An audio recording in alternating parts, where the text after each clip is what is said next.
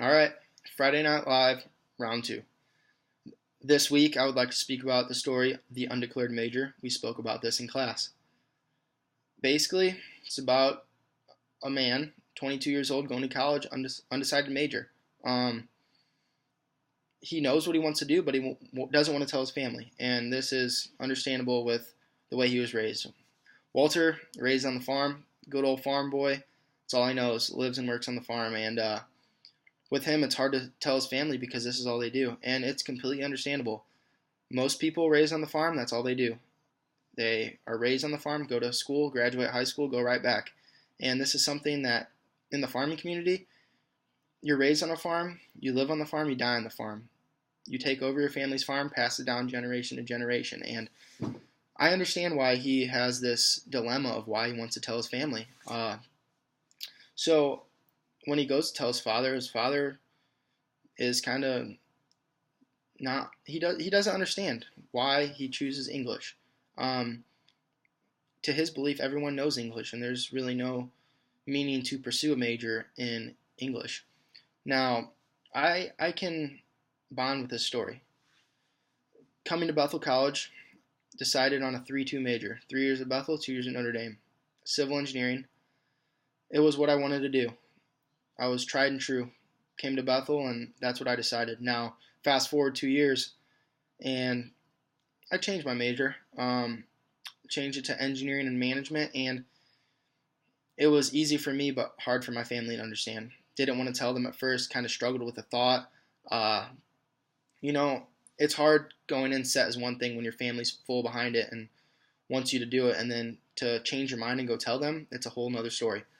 Now, my family was hard to understand at first, but after speaking to them and exchanging thoughts and ideas, they were behind it. But I can understand why Walter was kind of nervous and scared to tell his family. His father had more than likely had to the understanding that Walter would take over the farm, and that's what he wanted to do. Now,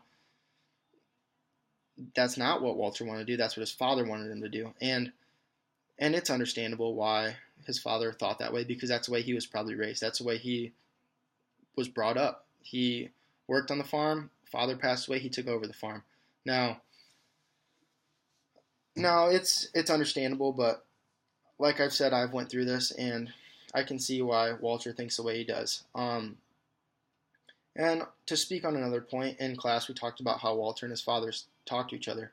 They're very short, not much words exchanged, and they kind of know what each other's thinking. And I've grew up this way to a point. My father's a contractor, worked with him many years, and him and I exchange words very seldomly when we're on the job. I know what he's going to say. I know what I got to do, and I believe that's the way Walter and his father were. So I don't think it's more of a way that the society is. I think it's just a way of understanding the way that work goes. Now, I'm very sure that Walter has different conversations with people he goes to school with, but the way it works on the farm is you know what you got to do, and it's more about work than conversation. I really enjoyed this story that we read.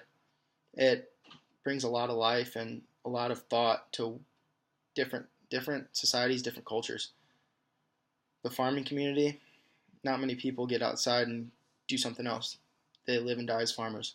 And I think it's more based on the way cultures are brought up. You live in the city, you're probably going to go to school, probably going to pursue something else. But when you live in the country, you're going to be a farmer. You're going to do something like that. And I also think that another reason Walter didn't want to tell his father was because most people that are farmers pursue something in agriculture, in veterinary studies with the cattle and things like that. Or it's just there's different thoughts of different societies. Like I said, if you're going to go to college for a farmer, you're going to go to ag school, and it's different when you go to school. When you're from the city, you're probably going to go pursue something in engineering and business.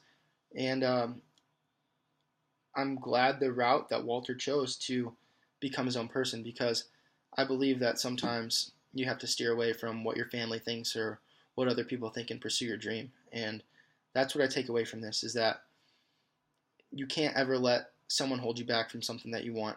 You can't let your family hold you back from something that you want. If you want it, you got to pursue it and you got to do it.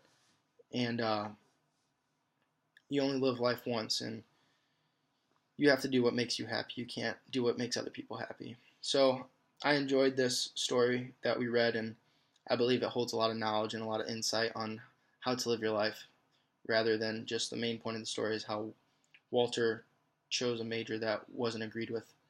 So I enjoyed this story, and what I've taken away from this is live your own life. Don't let someone else tell you how to live your life.